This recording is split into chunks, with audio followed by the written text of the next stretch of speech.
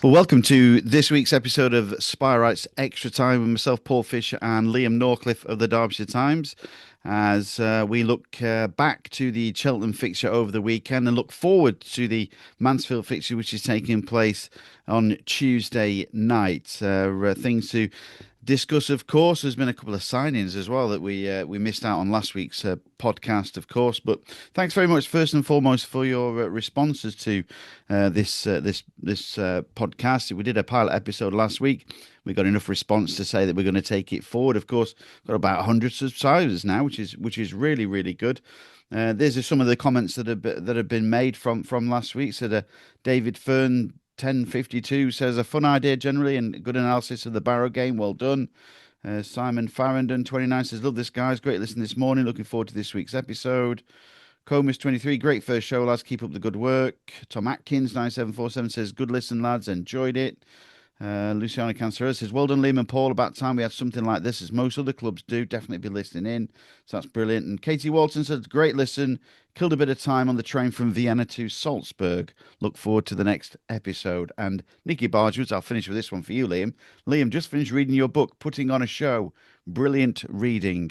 So there you go, brilliant reading. Sounds like brilliant writing as well. So there we go. A plug for your book, of course, which you put out how long ago now? About a year ago, is it? Yeah, here we go. Yeah, five is in the post for all those people. Thank you. Yeah, cheers for that. We need some income anyway. So yeah, we're starting with the debt. You can't tell we've got to pay him yet though. So yeah.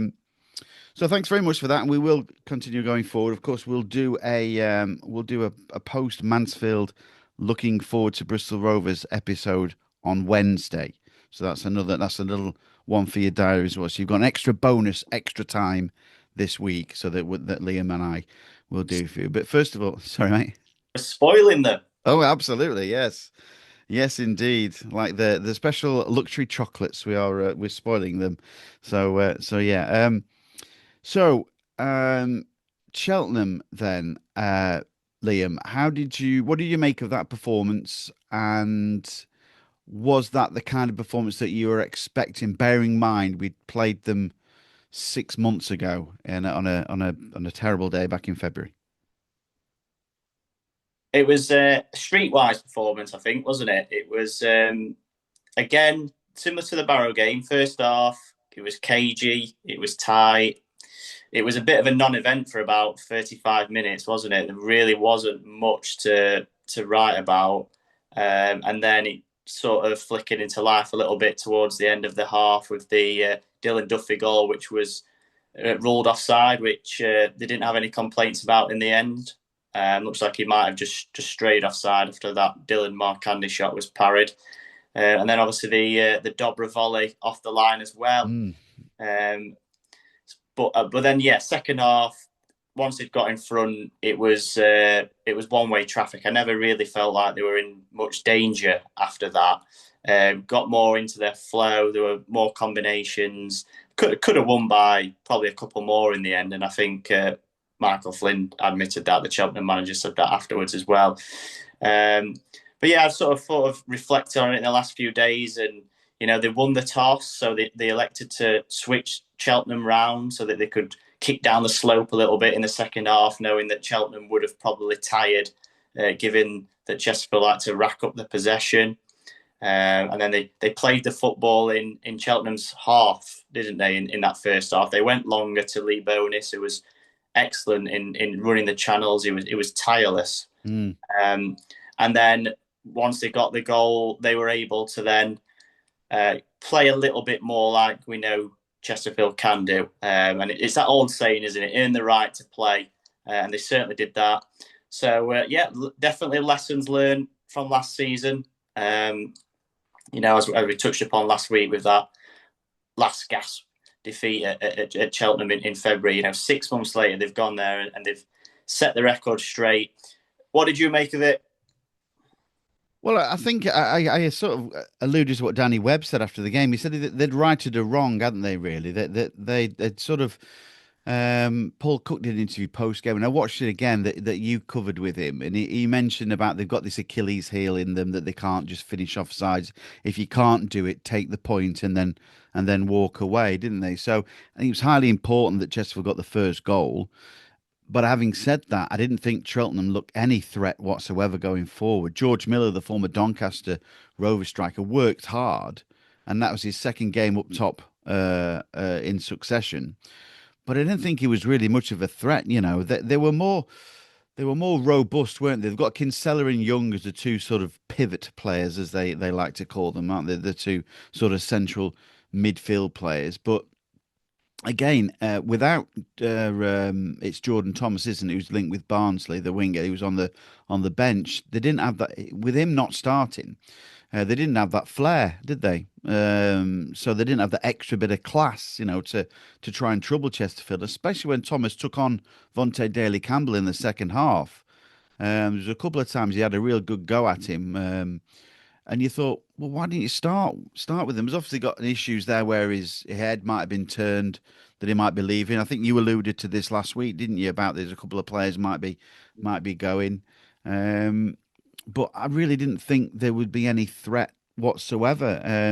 Just waiting for Chesterfield to break the deadlock. Really, I think. I can't see Cheltenham troubling the top seven like I did Barrow, who I thought would trouble the top seven a bit more than Cheltenham would do. Cheltenham would be lucky if they'll be battling relegation. I think at this rate because they had no firepower whatsoever. I mean, Scott Bennett, he's been playing for years at the back, hasn't he? He's a proper veteran. They've signed that James Wilson who got their man of the match, but I think he's 36. You know, so they've got that technical nous. But I thought he had a good game. The Ipswich loanee, the Polish kid, he's massive, isn't he? He's huge.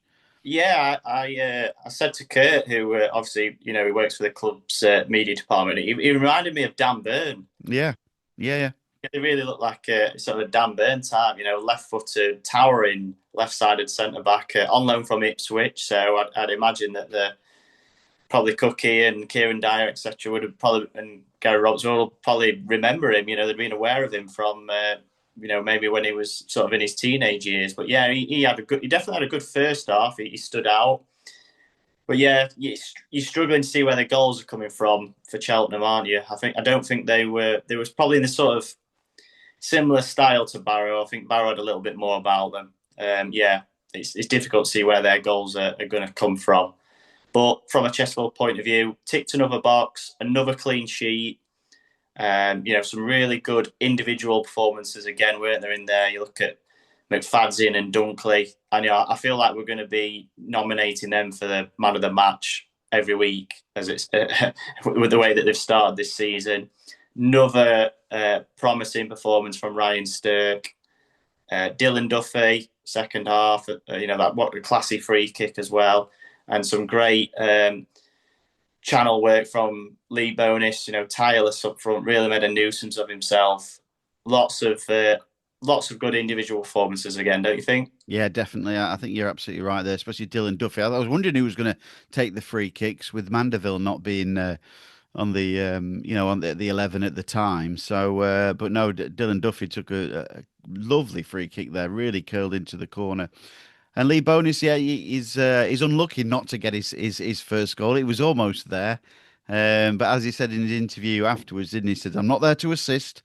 But who can deny Lewis Gordon what is it, a worm's head goal? Can't you from that? Like, so they all count, don't they? And yeah, he's I'm pleased for him because he might never ever get in that position again, and he's got something alongside his his record now to say that he's got his first professional goal.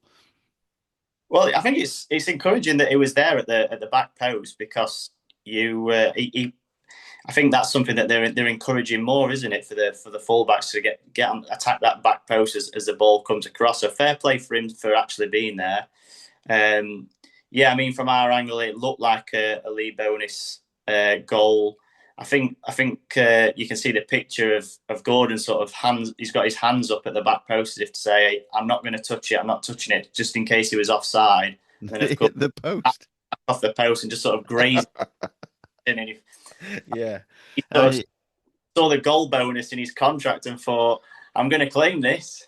Exactly, yeah, yeah. But I mean, Lee Bonus, it looked like he turned around and was pointing at Lewis Gordon, or trying to claim that it was his, but running towards Lewis Gordon. So it gave an impression that he thinks, oh, I think this one's gone. I can't have this one as my debut goal yet. But to be fair to Lee Bonus, he'll put in uh, much more of a less workmanlike performance and probably scored twice. He played really well on Saturday. He really worked the channels well, and I think Chesterfield have got two good strikers there. That hopefully, if they see an injury free, they'll probably play majority of the games. One starts and one comes on, and then if they're happy with that for that season, of course they want to play every week, but they are being involved every week. I think is the most important thing.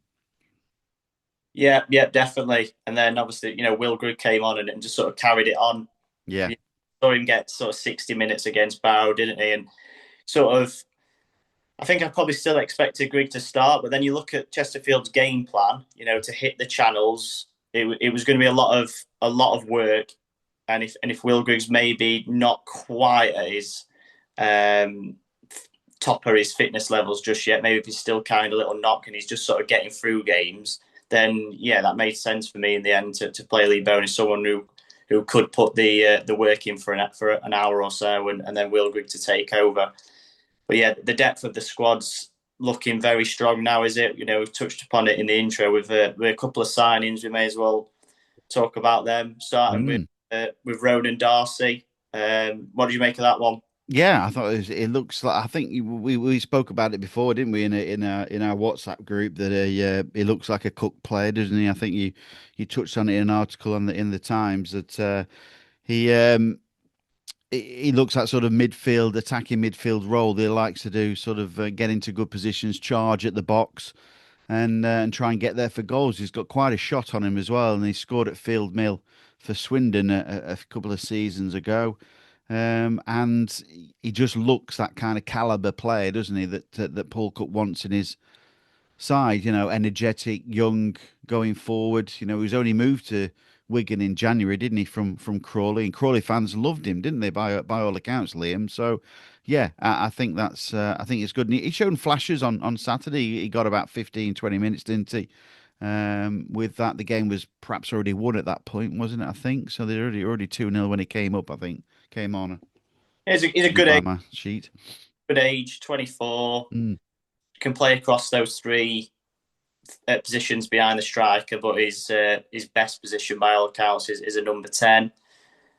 Two promotions from League Two on his CV as well, which I do think is important. He's won promotion with Bolton and Crawley from this level before, so he brings that to his game. And he sounds like he just wants to kickstart his career again. He went to Wigan. It's perhaps not worked out as well as he would have liked. He's sort of fallen out of favour there a little bit, and Wigan don't play a number 10, so he wasn't really going to get many minutes there this season.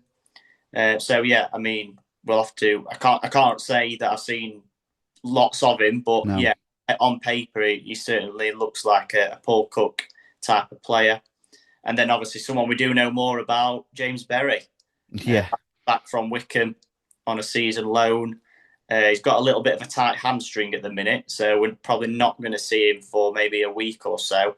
But Chesterfield knew that already when they were signing him, and of course, that they know James Berry very well. So they'll be looking to get him up and running in the next couple of weeks or so.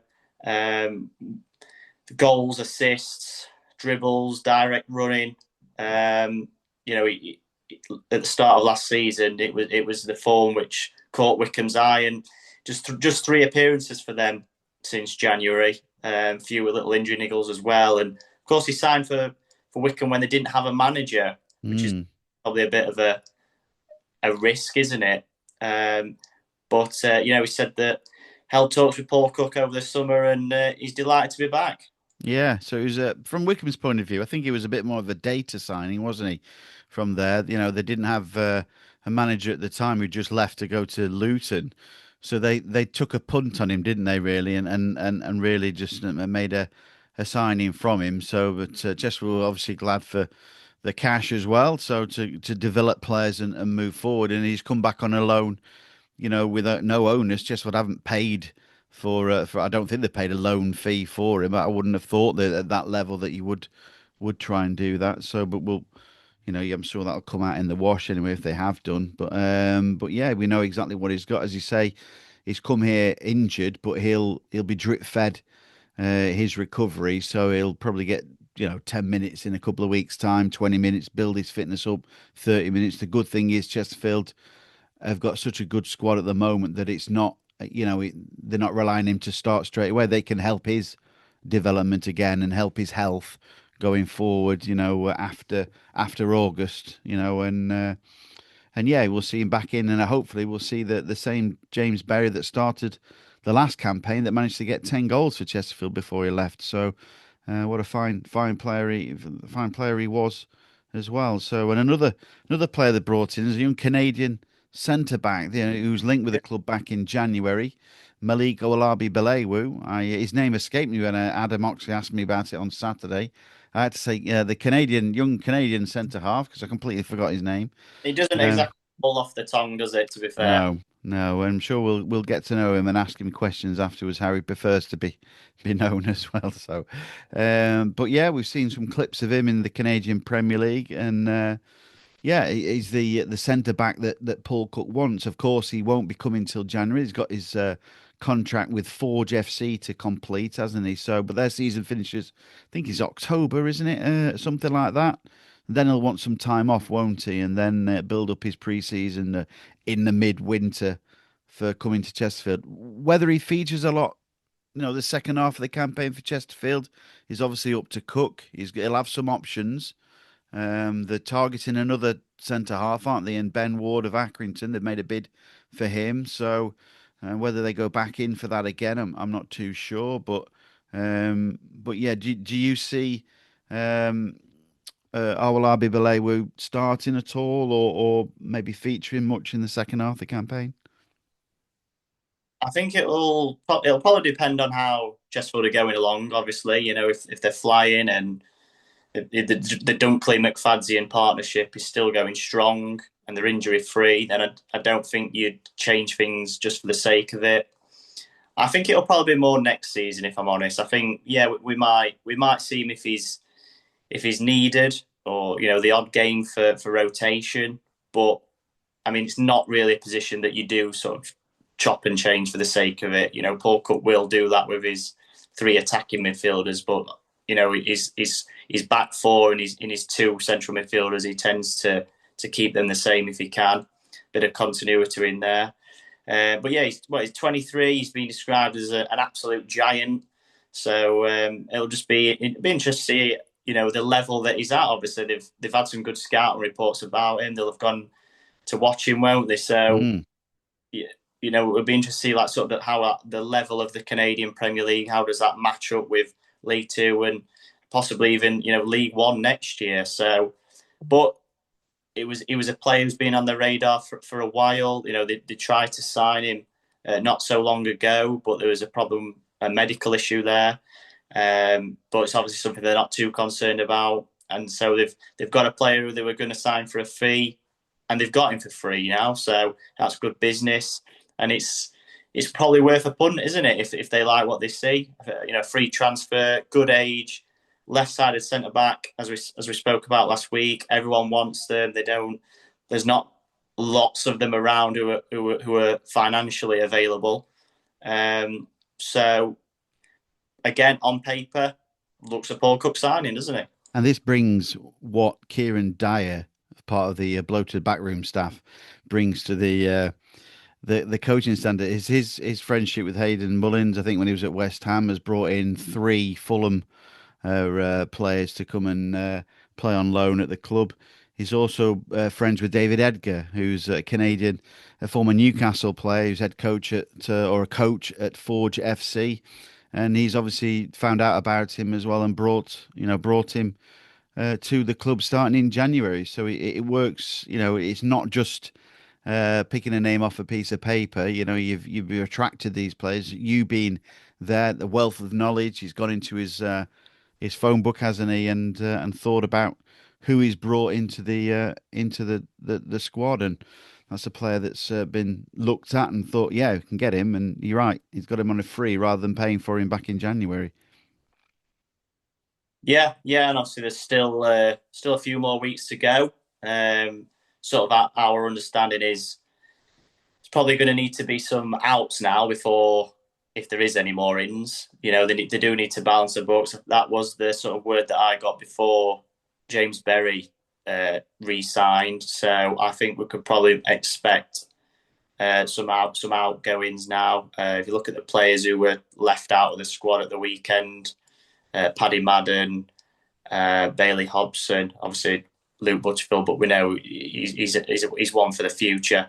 So yeah, there are one or two there who could go before the end of the window, and then it's a case of obviously, is there a player who becomes available who they really wanted but weren't sure they could get? It's a bit of a domino effect again, as we discussed last week. If a team can sign one player, then maybe another one becomes available, and of course they won't want to lose anyone either.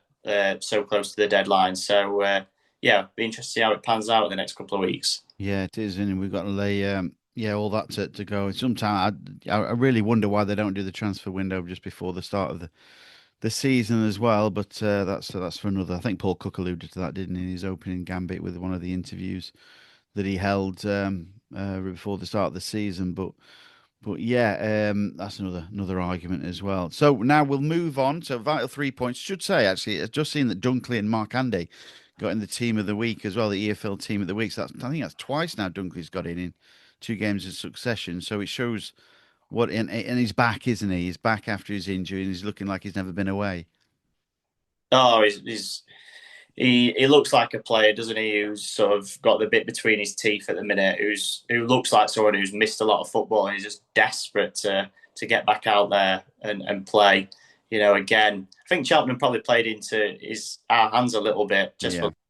at the weekend, because I think they probably thought, let's see if we can get at them, see if we can get out that back four. But with Dunkley and McFadden in there, it was a different story on Saturday compared to 6 months ago.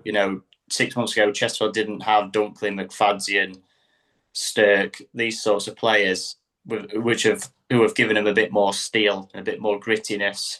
I feel so.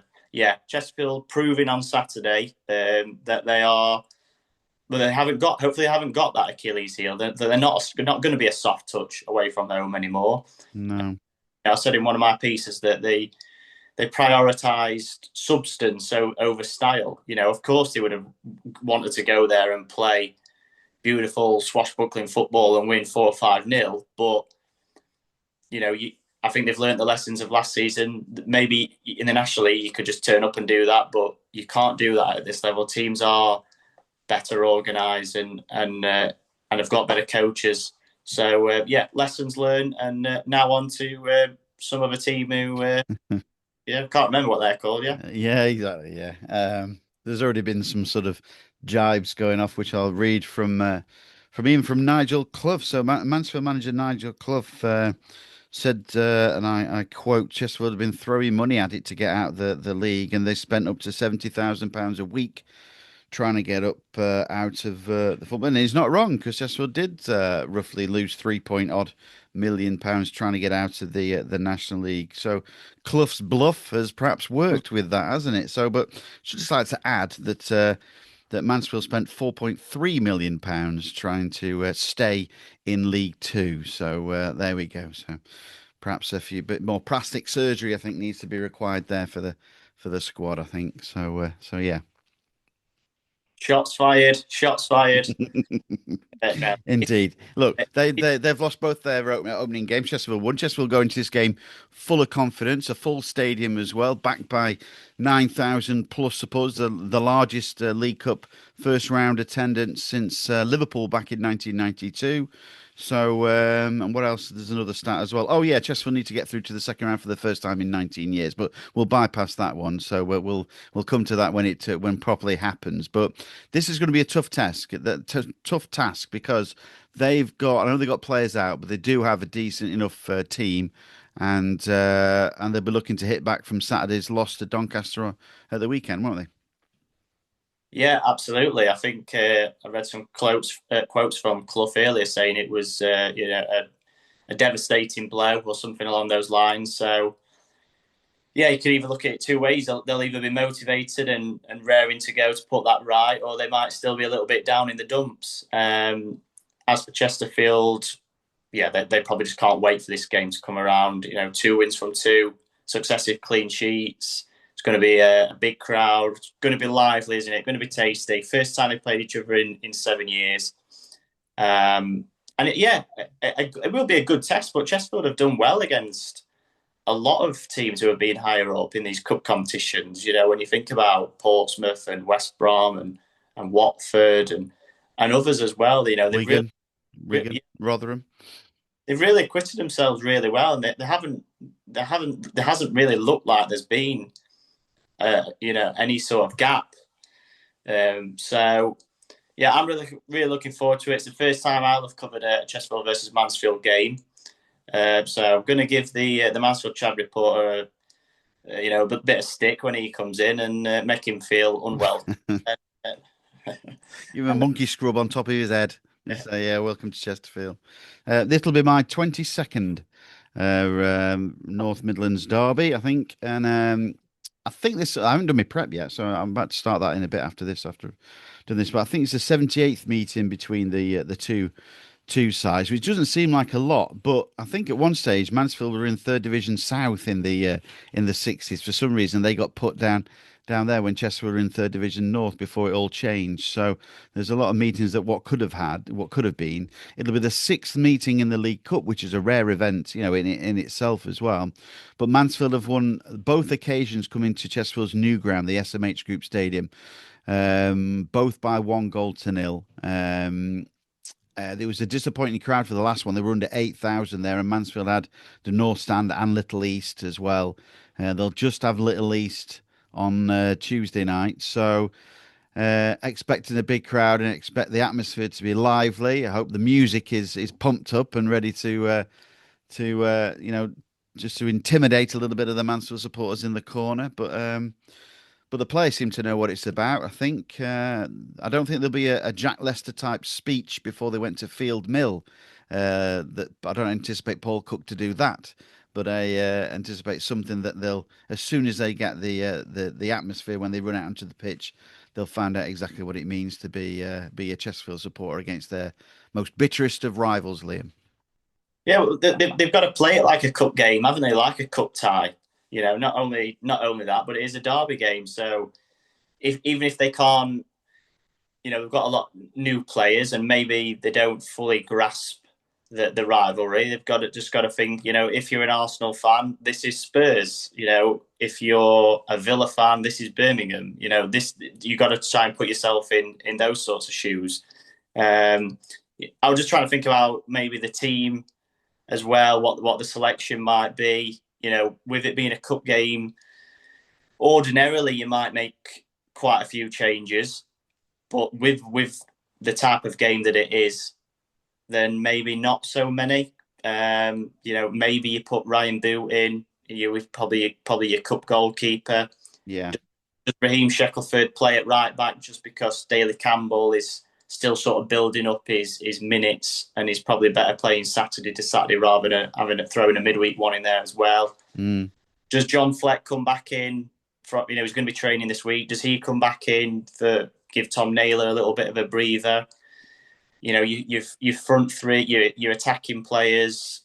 Liam Mandeville not had many minutes because of his little minor knee injury, but you know, probably be one of the types of games for him where it's going to be blood and guts and thunder, is it? Plenty, you got to run around.